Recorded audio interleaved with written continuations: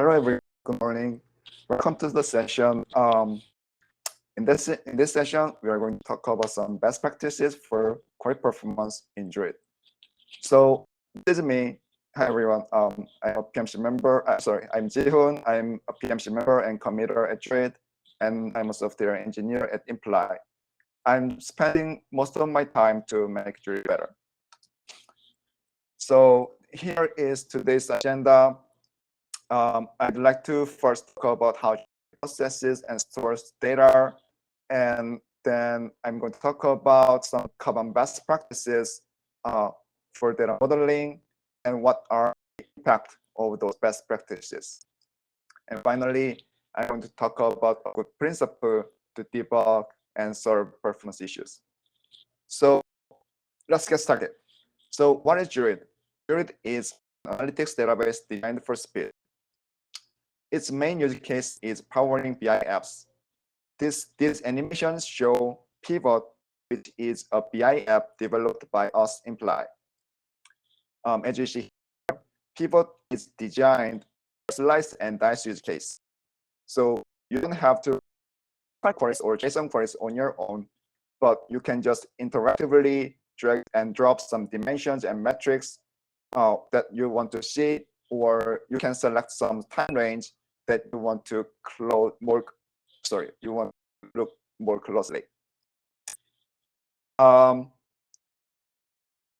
and as soon as you Pivot updates its screen to show the data what you are interested in. Under the Druid is executing the queries generated by Pivot, so Druid must be fast enough to render the real time. Because of its speed, Druid is being used in many different companies for many different use cases. I took two quotes from Pinterest and Netflix here. So Pinterest is using Druid for their many use cases that include advertising business metrics analysis, experimental metrics analysis, spam metrics analysis. They have a multi-cluster setup that consists of more than 2,000 nodes, and their largest online use case is serving more than 1,000 queries per second with an SLA of under 250 milliseconds at P99 latency. Netflix is using Druid to analyze their user experience in their app, and in Netflix, they are ingesting over 2 million events per second, acquiring over 1.5 trillion rows. And there are many more use cases that you can find in our website, which is linked here. So all these stories sound very nice, but getting best performance out of Druid is not always easy, because you first need to understand how Druid processes your data and query in your cluster to maximize resource utilization. What does it mean by maximizing resource utilization for Druid? Druid is a distributed system, and its query architecture like a distributed processing tree, as in this figure. At the top, there is a broker that accepts a query from the client and sends it to multiple data servers so that those multiple data servers can process the same query in parallel. When data servers receive the query from the broker, it can also use multiple threads to process the query faster. As data can be partitioned in Druid, this data server can create multiple tasks and schedule them so that for the threads for so that the threads can process those segments in parallel. Here, these threads process those tasks. In the task, these threads can process one partition at a time. After those partitions are processed, data server merges the result from the threads before it back to the broker. And finally, broker merges partial result from the data servers and send the final result back to the client. So in this architecture, to maximize resource utilization, you need to maximize the parallelism and remove any long tails that can become often bottlenecks. So suppose you have some slow data server in this architecture, as in this figure. This data server is slower than others because of those large tasks assigned to it. If this happens, then this data server can slow down the entire query processing because your query can finish only when all data servers finish their job. Or even if your query is evenly distributed across multiple data servers, if each task in the data server wastes a lot of times for less important things than the query processing itself, then your query might be slow. So suppose for your query, you have a task that took 10 seconds. At the query performance breakdown, you notice that the actual query processing only took 10 milliseconds, but this task 1,000 milliseconds for others, such as it was waiting for 900 milliseconds until it gets scheduled, or it spent another 100 milliseconds to decompress data so that query processing can start. All these things can slow down your query. Data modeling can play an important role in query performance because many of these issues can be solved just by modifying your data layout. And for this, we have some common best practices documented in our website. So for the rest of the session, I'd like to talk about some of the common best practices and how effective they can be. So let's talk about them. The first practice is running your data well. Is a distributed system stores data in multiple nodes.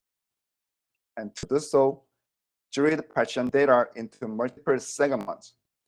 This segment is the unit of distribution data and query in Druid.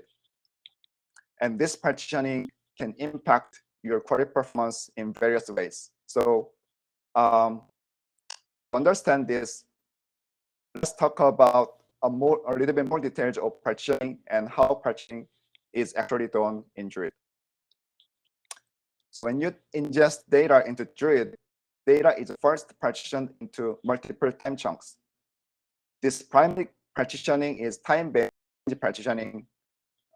Suppose you have some data that spans 6 months, then this data can be partitioned in. You can imagine data can be partitioned into 6 time chunks, where each chunk represents 1 month, as in this figure. After time-based partitioning, your data can be further partitioned into segments in each time chunk. This is called the secondary partitioning. And for this secondary partitioning, Druid supports 3 types of partitioning, which are size-based dynamic partitioning, hash-based partitioning, and single dimension range partitioning. So you have now segments created in your cluster. Then how does Druid can process those segments and your query? So suppose you want to run a query like this that needs to read the data of April. Then for this query, if possible, you would likely want to process only the data relevant to your query instead of scanning and processing the entire data source, because that will be much faster. And this is when time chunk partitioning, time-based partitioning comes into play. So when you run this sort of query, Druid, when you run this query, and if your data is monthly partition, then Druid can immediately locate the exact time chunk and the segments in the time chunk that can return the final result, so that it doesn't have to process the unnecessary data, but it can process only the data relevant to your query. But then how can we determine the time chunk granularity? Let's suppose you want to run another query that needs data of April 1st. If your data is monthly partition, then for this query, Druid will end up reading more than necessary because it cannot tell which of the segments has the relevant data. But on the other hand, if it's hourly partitioned, then for the same query, Druid will need to read much more number of segments because Druid, they are all relevant to your query. And this can cause extra memory pressure and processing overhead. So how to choose a good chunk granularity? For time chunk granularity is choosing it so that you can store from 1,000 segments per time chunk, especially when your segment is reasonably sized. To control the granularity, you can use the segment granularity in the ingestion spec. So in the previous slide, I said your segment should be reasonably sized. Then what is the reasonable segment? This is related for secondary partitioning because secondary partitioning creates the segments in each time chunk. So you have a lot of small segments created and stored in each data server. Then, as I explained earlier, those data servers should create multiple tasks so that and assign them to the thread pool so that each thread can process one segment at a time. So if we have a lot of segments in each data server, then those data servers need to create a lot of tasks and schedule them. So this can increase the wait time of each segment. Those threads can process one segment at a time. On the other hand, if your segment is if your data is partitioned into too small number of segments, then you may not be able to exploit the full parallelism of your cluster, as in this figure. So then how can we choose the good size? A rule of thumb for a partition segment size is 5 million rows per segment. And to do that, you can use the target rows per segment in the partition spec. But please remember that your segments doesn't have to be exact 5 million rows. It only matters if you see some performance issue caused by segment size or number of segments. So, so far we have talked about how partitioning can effectively reduce the number of segments to process at a time. But then, how important is this? What's the impact? So these two charts show the impact of those number of segments to query performance. The left figure shows the total query time in each historical with different number of segments. During the whole testing, I used the exact same data in the same query. The only difference was the number of segments data was partitioned to. So when data was partitioned to 14 segments, the query took only about 10 milliseconds. However, when it was partitioned to k segments, the same query took more than 1 second. This is a huge difference. And this huge difference was caused by the wait time, as explained earlier. And you can see how wait time was different in the right figure. Okay, this was the first practice, and the next practice is choosing a good sort order. After your data is turned into segments, each segment sorted by timestamp and then dimensions in Druid. And Druid is a columnar database, which means it stores columns separately. So your segment is stored column by column. And when each column is stored, those columns can be compressed block by block. This compression is a good technique in general to reduce the segment size, which can help with saving storage cost, obviously, to store data in your cluster, as well as increasing the chance of keeping the segments in the Linux disk cache, which can help with performance a lot. But because data is compressed, Druid still need to decompress it, decompress the column before it actually has data in it. And this decompression overhead can be impacted by the sort order. So what can happen? Suppose you have a column called the title. This column stores some TV show titles, and in this values Squid Game and May. These string values are not stored as strings as they are. Instead, they are first dictionary encoded and stored as integers. In this example, this U, Squid Game, and Made were encoded into 0, 1, and 2, respectively. Also, it can optionally create bitmap indexes for these values, for this column. The bitmap index is a sequence of bits that indicates the presence of each value at each row. So for this title column, when you want to run a query like this that has filter on the title column, then what Druid first does is finding all the rows, satisfying the filter using the bitmap index. After it finds all the rows, then it tries to retrieve all the rows at those rows. At those all the actual data at those in that row. But to retrieve some row from the compressed block, it first need to decompress it.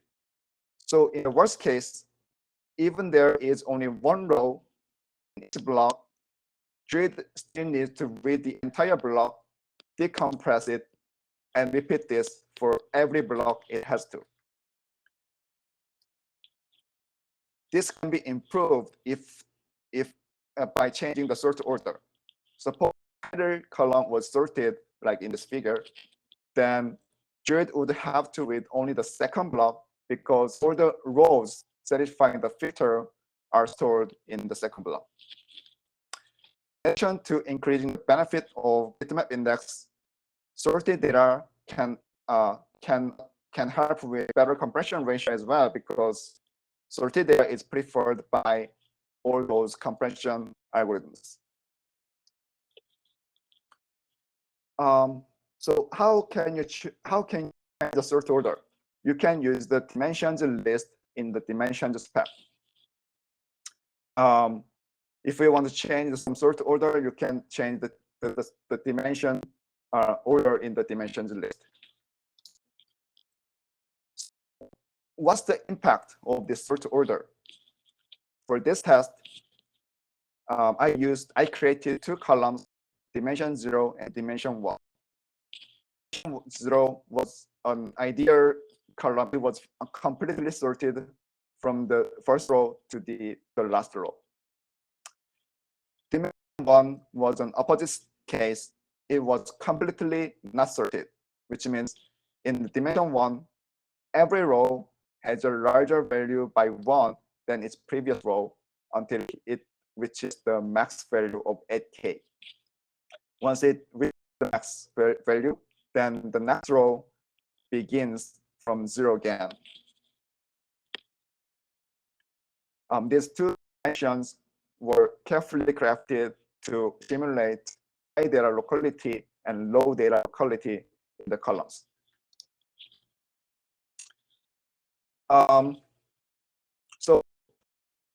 using these columns, I ran 2 queries.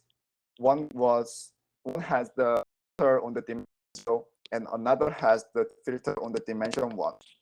Filter selectivity was fixed to 0.01%.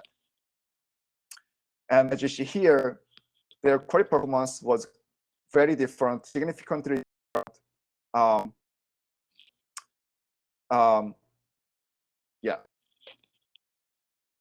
Significantly different. So even though the query was exactly the same except for the filter dimension. Dimension 0 was completely sorted. It was an ideal column for compression algorithms. So its size was only about 1 megabyte. However, for dimension 1, compression algorithms didn't like much. So its size was about 230 megabytes.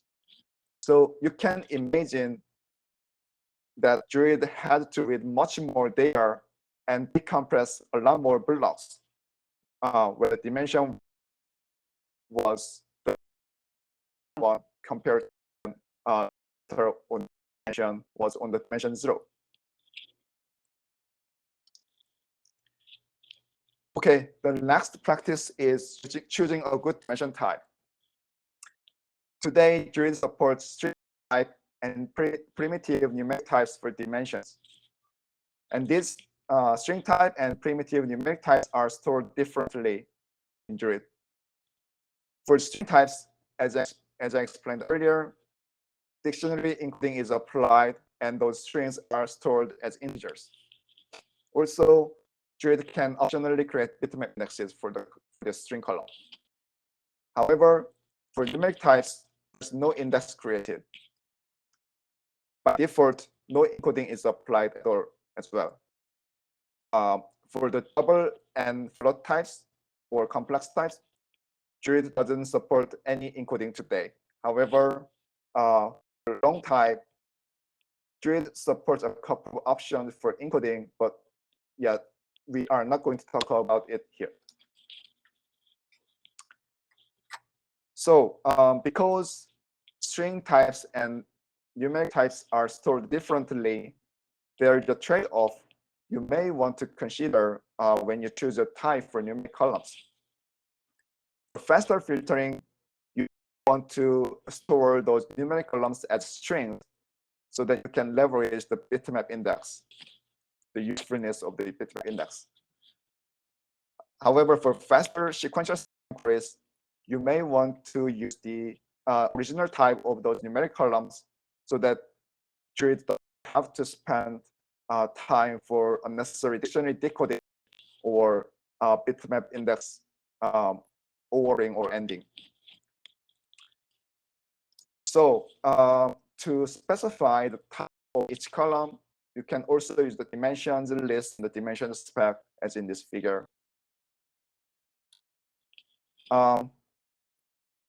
Yeah, and then let's see the impact of this type for numeric columns.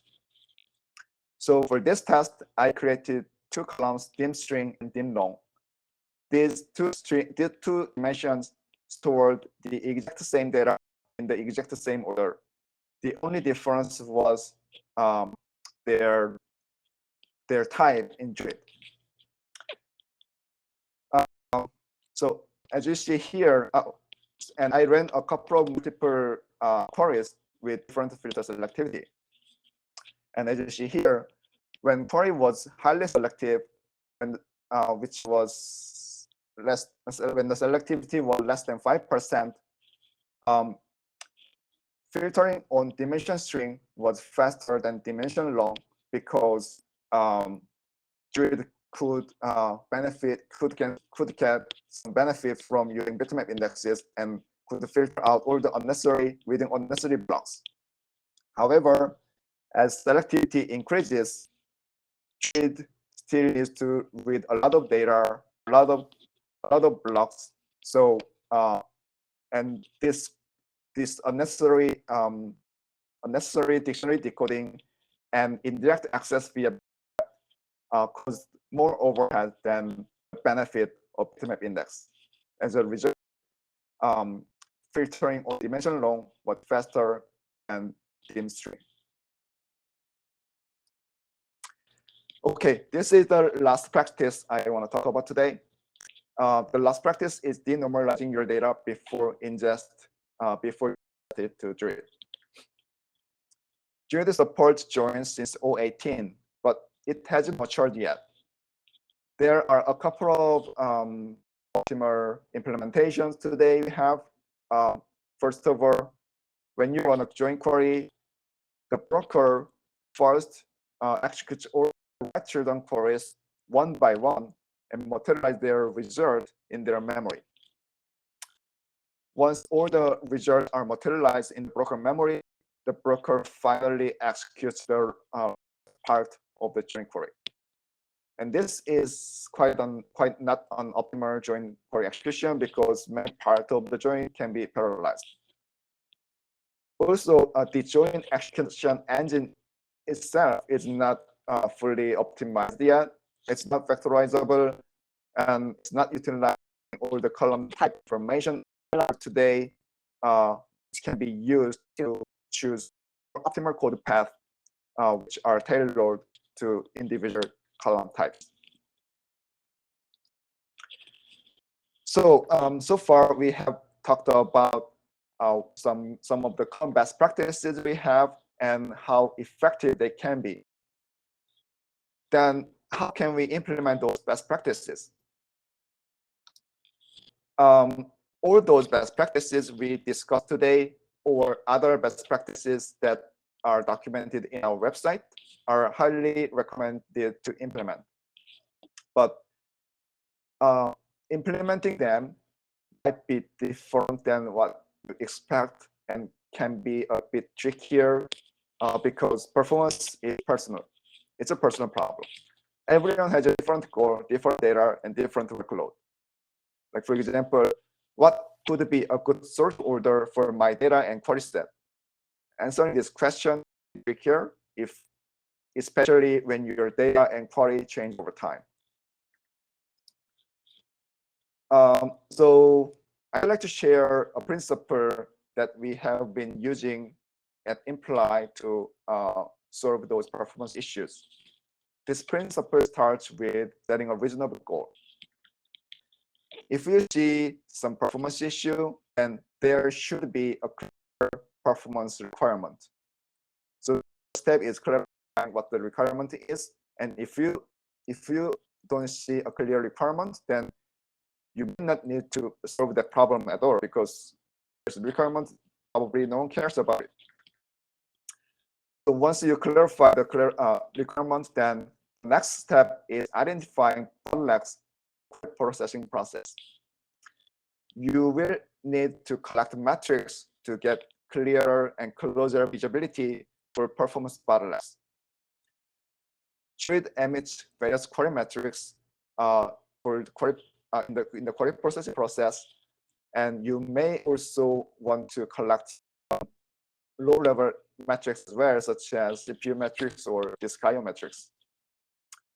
Using these metrics, drill down to identify where the cause of those performance issues is. Once you spot the performance issues, the next step is analyzing those bottlenecks and understand why they exist. You can apply one of the best practices or come up with a new idea to remove the bottlenecks.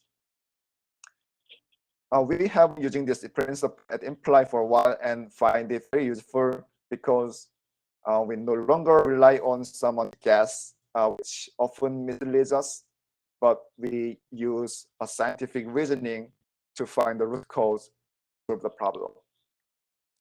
So this is it. Enjoy it. Any questions?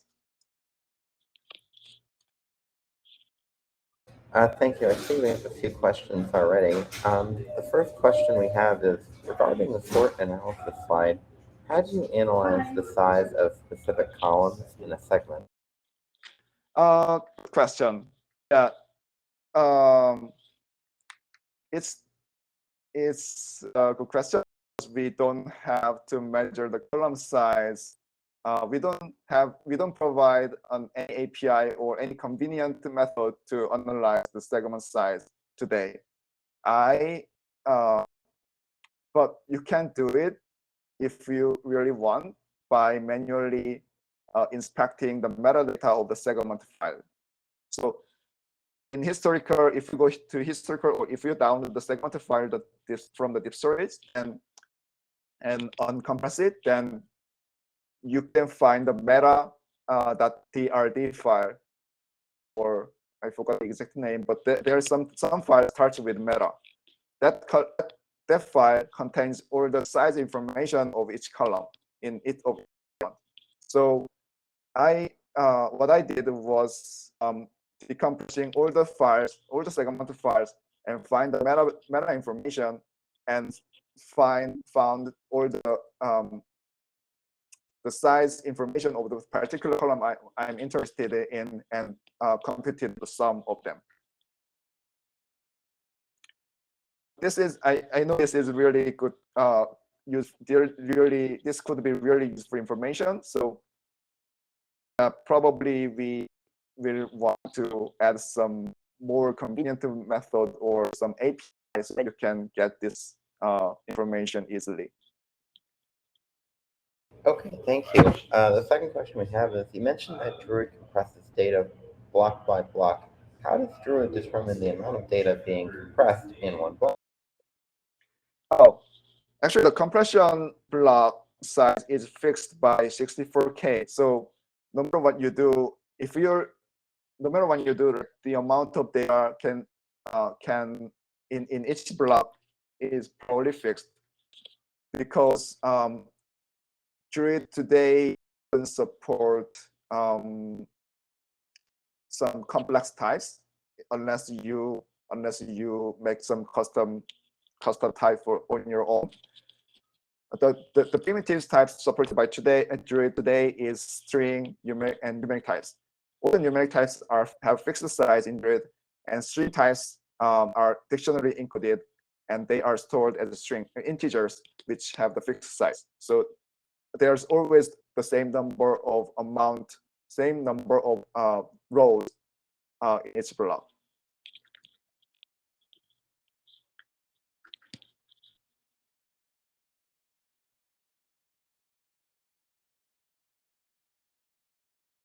So each row in Druid is of a fixed size of 64 kilobytes? No, I mean in each block size block size is fixed to 64 kilobytes, and thus the number of rows that can be stored in each block is also fixed, because every type in Druid has a fixed size today, unless you make your own custom type.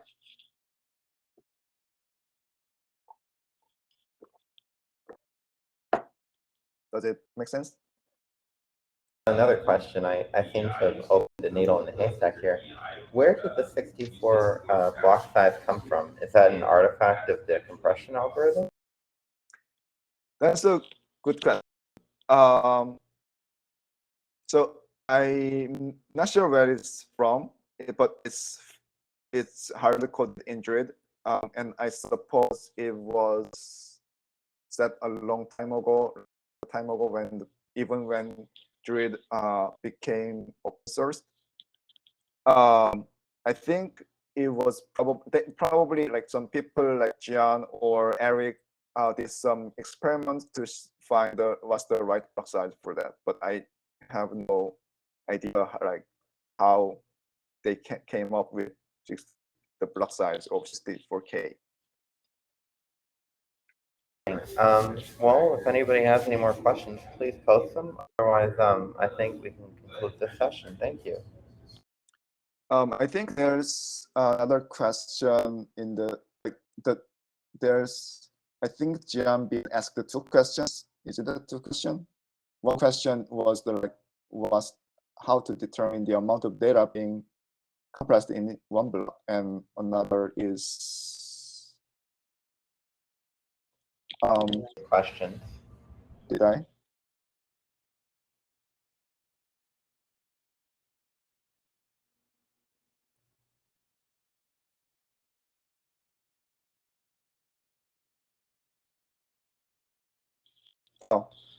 yeah. I think the second question might be about like what's the impact of the number of rows in each block. That's a good question.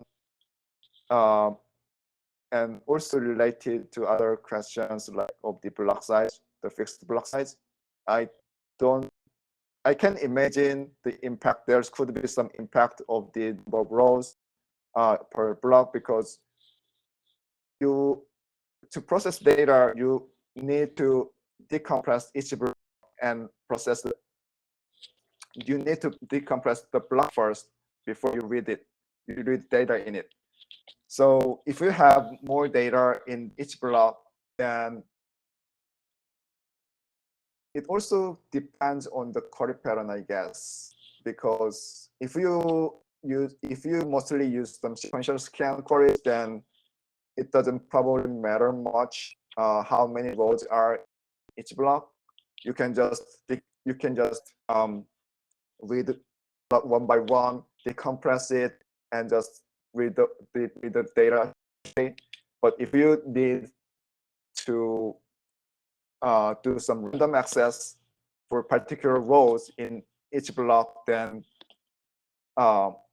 yeah, I guess in the case there could be some trade-off between like how many rows you want to retrieve from each block versus how many blocks you want to skip using bit index or other index mechanism.